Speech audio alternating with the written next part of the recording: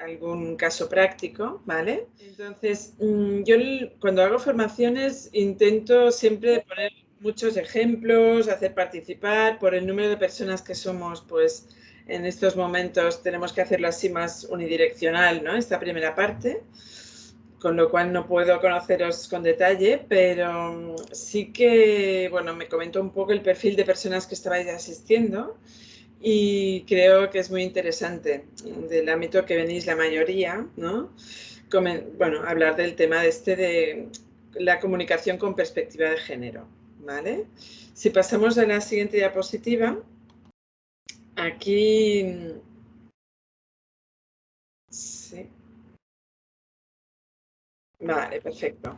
Bueno, aquí era un poco la presentación que ya salió en la página web, ¿no? Un poco la finalidad de este webinar es hacer reflexionar sobre la comunicación con perspectiva de género en los ámbitos sanitario, social y educativo. Y entonces, lo que quiero ayudar a que entendáis es por qué es importante cambiar aspectos como el lenguaje, ya que lo que no se nombra no existe, ¿no? O sea, queda muy invisibilizado si no explicitamos, por ejemplo, la figura femenina cuando nos dirigimos a un público donde tenemos diferentes tipos de personas, ¿no? ¿La siguiente? Sí. De acuerdo. A ver, comunicar con perspectiva de género requieren entender, ¿no?, cómo los discursos que nosotros emitimos al final son un producto de la cultura que tenemos en nuestra sociedad, ¿no? Es decir, legitima el colectivo masculino como grupo dominante, ¿no? Hemos heredado desde hace muchos años esta forma de comunicarnos. De hecho, hay muchos países que no están impulsando, igual que en España, este cambio. O sea, que también tenemos que apuntarnos un poco una medalla en ese sentido, que, bueno, hay políticas de igualdad aquí que, aunque la Unión Europea también lo impulsa, pero España está haciendo los deberes, ¿no? A nivel político, sabéis que se aprobó ya hace años una ley de igualdad, y en Cataluña también, o sea que vamos avanzando también con varias leyes y reales decretos, ¿no? Al final comentaré esta parte legal porque cuando con la sensibilización no tenemos suficiente, pues por desgracia tiene que haber también una ley que regule y acabe incluso sancionando, ¿no?, algunas actitudes. Entonces, voy a hablar de estos términos ahora que son muy importantes, ¿no? Para cambiar la comunicación es necesario analizar el concepto de sexismo y qué significa cuando hablamos de patriarcado, de androcentrismo, de machismo. Son conceptos muy utilizados, pero como tienen matices diferentes, me gustaría repasarlos un poco ahora que estamos al principio. Vale. Sí.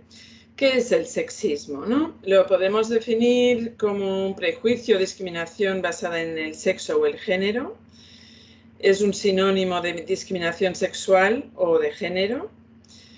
Las condiciones de actitudes que promueven estereotipos de roles sociales establecidos en diferencias sexuales sería sexismo, ¿vale?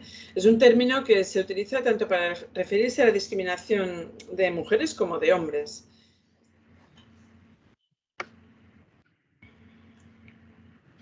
De acuerdo. Entonces, estaríamos entendiendo el lenguaje como significados compartidos, ¿no? A través de este lenguaje percibimos la realidad y la interpretamos, con lo cual creamos simbólicamente, ¿no?, y vamos haciendo abstracciones. Nuestra cultura, ¿no?, que ya hemos dicho que yo creo que todo el mundo estará de acuerdo en que es de tradición patriarcal, se ve reflejado mucho el uso del lenguaje, este tipo de cultura, ¿no? Entonces va quedando como este sedimento fijado de una forma increíble en el lenguaje, ¿no? Por eso cuesta tanto cambiarlo, ¿no? Entonces, sugerimos eso, cambiar y adaptar el lenguaje a estas nuevas realidades e intentar romper este círculo vicioso. Que en muchos ámbitos yo creo que ya se está consiguiendo, pero claro, será muy difícil cambiarlo en todas las personas, ¿no? Vale, continuamos con la otra. Vale. Trucos aquí de forma muy breve, porque no es un curso tampoco específicamente de lenguaje inclusivo, ¿no? Pero, bueno, para que tengáis una pincelada, pues utilizar en general lo que sería la forma genérica, ¿no? En lugar de hablar de hombres o mujeres, usar el término personas. Y en general, ¿no? Si no encontramos este genérico, pues expresar masculino y femenino, ¿no? Si es por escrito, pues barra AS o barra A. Entonces se pueden sustituir, por ejemplo, los verbos ser y estar por tener, ¿no? Como por ejemplo, tienen un compromiso con la entidad, ¿no? En lugar de están comprometidos, comprometidas con la entidad, ¿no? Que parece que sí que es un poco cansado hablar de esta manera, ¿no? Por escrito no, quizá no cansa tanto, pero hablado, cuando es una persona que tiene que hablar durante mucho rato, sí que es difícil, ¿no? Y, por ejemplo, voluntariado sería otro genérico, ¿no? En lugar de hablar de voluntarios y voluntarias, ¿no? Vale, continuamos. Vale. Entonces, aquí quiero resaltar que el lenguaje ayuda también a construir una identidad, ¿no? ¿Qué significa eso? Que, claro, las sociedades, ¿no? Si han sido históricamente más androcéntricas, ¿no? Ahora, con este lenguaje, pues podemos conseguir que también se centre la atención en la figura femenina, porque durante mucho tiempo las mujeres han sido invisibles, es decir, ha habido mujeres científicas, mujeres pintoras, y si ahora de memoria os hago recordar nombres, seguro que recordaréis mucho más a los hombres famosos que a las mujeres, ¿no? Y cuando hablamos de también, ¿no? Niños, niñas, ¿ves? Por ejemplo, aquí, pues ya me he olvidado de poner femenino, pues ya me pasa a mí también. Siempre son mencionados los niños, ¿no? Son los protagonistas de la mayoría de, bueno, de cosas importantes, ¿no? Si os fijáis, el rol de la niña ya desde bien pequeña, pues ya es de cuidar, de limpiar, de jugar con bebés, ¿no? Se ven pocas niñas todavía jugando a la pelota y con actividades así más activas, ¿no? Entonces, por eso decimos, ¿no? Que el lenguaje ayuda a construir la identidad, porque a las niñas se las menciona poco y muy pocas veces son protagonistas, ¿no? Hay estudios, por ejemplo, en guarderías, bueno, ¿no? Cuando es en la etapa esta de 0 a 3 años, ¿no? Se analiza, por ejemplo, cómo es el patio, ¿no? De la escuela y claro, ¿qué pasa? Que simbólicamente, o sea, los niños, ¿no? Tienen un juego como mucho más movido y destinan la mayor parte del patio a juegos que acaban escogiendo los niños, ¿no? En cambio, las niñas están más en los rincones, ¿no? Ahí, pues una con la plancha, la otra con secando el pelo, bueno, cosas más relacionadas con la estética, con el cuidado, todo eso. Entonces, todo esto incentiva una actitud de subordinación, ¿no? O sea, las deja como en la sombra, ¿no? Como que no se atreven a ocupar el espacio de los niños, ¿no? Y se han hecho observaciones que son muy curiosas, incluso de personal educativo, que sin darse cuenta, ¿no? Ay, qué guapa que te has puesto hoy, ¿no? Cuando entra, ¿no? Y el niño, ostras, qué fuerte, has comido mucho, ¿no? Es decir, connotaciones de estas que sin darse cuenta, pues realzan, ¿no? Algunas cosas diferentes en los niños y en las niñas, ¿no?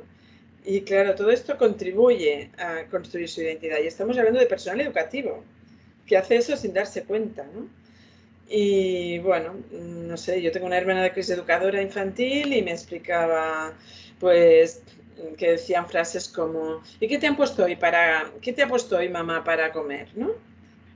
Porque mamá, ¿no? A lo mejor ha sido papá, ¿no? Bueno, cosas así. ¿Avanzamos? Vale. Aquí, solo esquemáticamente para que os deis cuenta del tema de cómo se han analizado los porcentajes, ¿no? Desde que emitimos un mensaje, ¿no? O sea, yo lo pienso, ¿no? Pero solo consigo transmitir el 80% de lo que he pensado. Pero la persona que recibe este mensaje solo percibe el 60% y acaba interpretando un 50%. Es decir, que la mitad de lo que yo he querido decir se pierde por el camino, ¿no? ¿Y cómo se rellena? Pues con interpretación. Por eso también es tan importante la parte no verbal, ¿eh?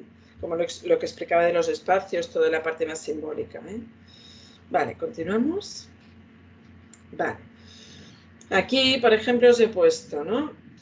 Cómo a veces existen diferentes interpretaciones de un mismo contenido de mensaje, ¿no? No sé si conocéis este famoso beso, ¿no? Lo habíais visto, ¿no? Fue cuando cayó el muro de Berlín, fue una imagen muy, muy conocida, ¿no? Entre los dos líderes, ¿no? De comunista y de la otra Alemania. Y claro, aquí pues alguien que no sepa historia diría, pues son homosexuales, ¿no? Pues no, ¿no? Era un beso, pues como para sellar una unión, ¿no? Bueno, nosotros podemos utilizar como una estrategia comunicativa también, ¿no? A veces romper esquemas y, bueno, buscar otras formas de comunicar. Entonces sí que hay un protocolo social, ¿no? Preestablecido que influye mucho, ¿no? En cómo tratamos a las personas. Si os dais cuenta, los hombres normalmente no se saludan dando besos, ¿no? Bueno, y menos ahora. Pero se dan la mano, entonces las mujeres somos más, ¿no? de dar besos, ¿eh? Siguiente. Vale. Aquí, por ejemplo, bueno, estaría lo que he comentado antes, ¿no? Todo frases de estas como estereotipos, ¿no? Los niños juegan a pelota, las niñas juegan a muñecas, ¿no? Los hombres no lloran. Esto es una frase, es casi como una frase lapidaria que les impide mostrar sus sentimientos y eso perjudica mucho a nivel psicológico al género masculino porque, bueno, os imagináis las consecuencias de reprimir siempre ¿no? Lo que tú sientes. Bueno, es por ese motivo que muchas conductas de agresividad también se dan mucho más en los hombres, ¿no? Porque no expresan en el momento, ¿no? O expresan solo, bueno, lo que socialmente está aceptado, ¿no? Vale. Siguiente, sí. Aquí no miraremos la película, no tenemos tiempo, pero si tenéis ocasión de ver esta película, Billy Elliot habla de este sesgo de género, por ejemplo, en el tema de la danza, ¿no? Pues como un niño que quiere hacer danza, pues claro, socialmente no está nada aceptado. Y es por ese motivo que, bueno, hay muy pocos bailarines que sean hombres comparado con la de niñas o jóvenes y mujeres que sí que hacen danza, ¿no? Es una película muy interesante de cómo romper estos estereotipos. Vale, aquí solo lo que os decía de la parte legal para finalizar, ¿no? Es que no es una cuestión de que ahora a las mujeres se nos ha dado por quejarnos, sino que ya por suerte ya es ley, ¿no? Se ha legalizado ya muchas cosas, también en el ámbito laboral, que es donde yo trabajo más, bueno, más en mi día a día. Y ahora lo que falta es que se apliquen sanciones por incumplimiento. O sea que todos sabemos, cuando hubo la ley de riesgos laborales, muchas otras leyes, que hasta que no se sanciona, mucha gente no aprende. Y me sabe mal ser tan estricta con eso, pero yo creo que cuando vean todas las empresas que están incumpliendo el plan de igualdad, se empezarán a poner las pilas en ese sentido. Dejamos unos minutos para las personas que quieran comentar cosas.